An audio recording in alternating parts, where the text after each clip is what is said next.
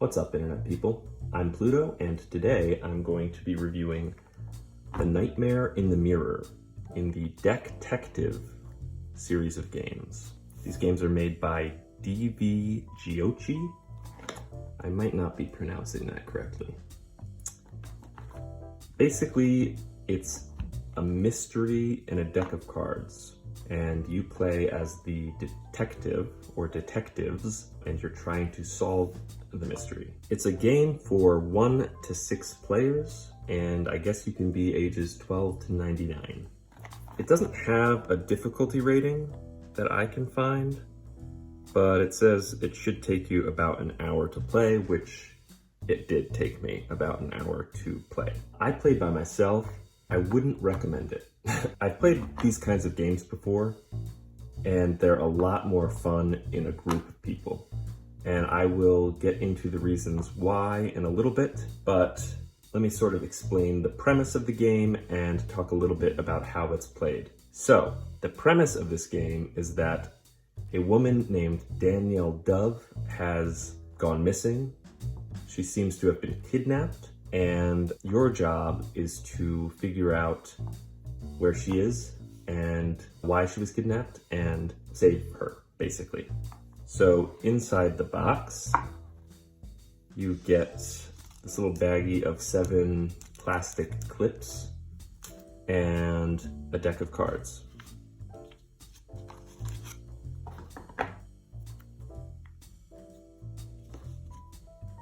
Every card has a number in the top left corner, and basically you just go in order.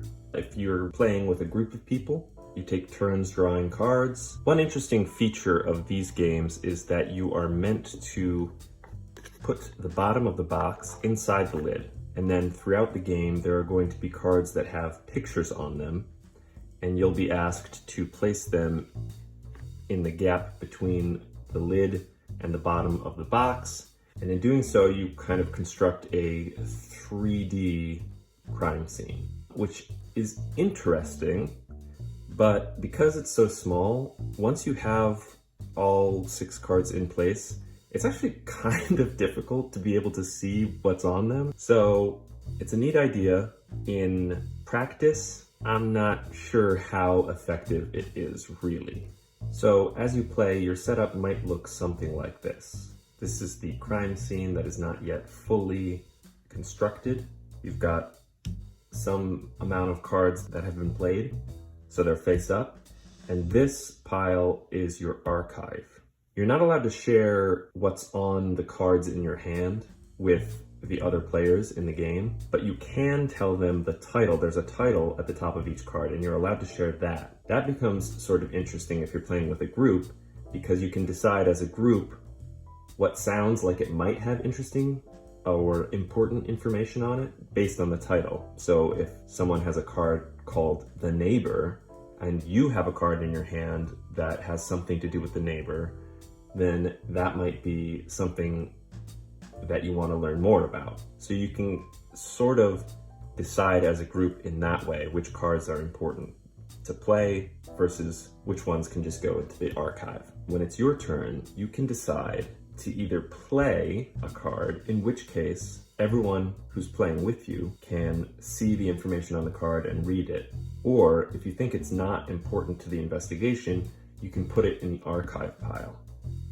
This is why I think it's much more fun to play in a group, because you have to decide, is the information on this card important enough for me to share it with the group? And there's an incentive to place cards in the archive, because on most cards, there will be a number somewhere on the card that indicates how many cards need to be in the archive for you to be able to play that card. And I think they go up to 10 or 12 maybe.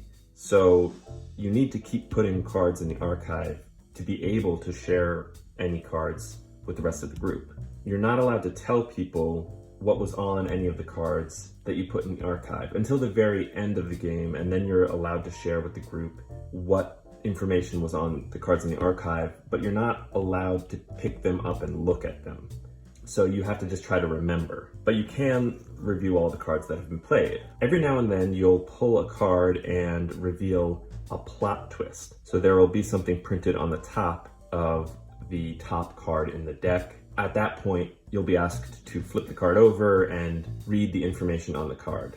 Usually it's some kind of surprising piece of information that might change the direction of your investigation. Finally, you'll get to a card that lets you know that your investigation has reached its end. At that point, you can talk to the other players about what you know, and at that point, you're also allowed to talk about what was on the cards that you have archived, if you remember. Then you're asked to answer a series of questions, and that's where these plastic clips come in. There will be a question printed on the card, and then a number of answers. And you use the clip to mark your answers. So if I'm reading this card and this part has the question on it and this is one of the answers and I think this one's correct, I might put a clip on it like that. So you go through all of the question cards and mark your answers, and you may or may not use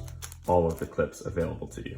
Then, once you've marked all of your answers and you feel confident, you can flip those cards over and it will let you know the correct answer. And it will give you a number of points for you to be able to determine your score. So it's interesting if you're playing in a group because no single player will have the full picture. But if you're playing by yourself, you get to read all of the cards, even the ones that you end up putting in the archive. So you have all of the information available to you. So it's just not really as fun. Having said that, I played by myself and I still wasn't able to solve the mystery. So I don't know what that really says about the likelihood that any group of people is going to be able to solve this case, but I do think technically all of the information is there on the cards. If you played this game either by yourself or in a group and you were able to solve the mystery, if you got all of the answers correct at the end of the game, let me know, because I certainly did not. I ended up getting 6 points out of a possible 10, which is not great. So on the one hand, I think this would have been a lot more fun played in a group, but I have a feeling we would not have been able to solve this. Technically, you can only play this game once, but possibly if you let enough time pass between plays, maybe you'll forget all of the clues and it might be fun a second time. But more likely, you'll play this game once and maybe pass it on to someone else.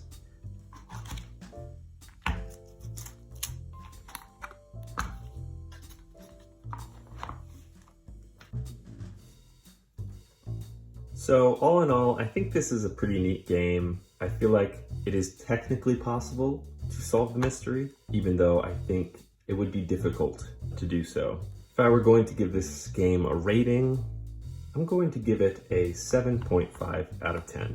I think it's pretty well made. The cards are sturdy, the artwork is pretty neat. The story I thought was well written. I think it was translated from, I want to say, Italian into English. The translation was pretty well done. I would recommend it if you like playing mystery games or if you like puzzles. I definitely recommend playing it in a group. I have played games like this in a group of 3 before, 2 to 3, and I think that's ideal. So that's my review. If you enjoyed it, go ahead and give this video a like, and if you want to see more reviews like this of puzzles and mystery games, that sort of thing, feel free to stick around and maybe subscribe. Okay, see you later.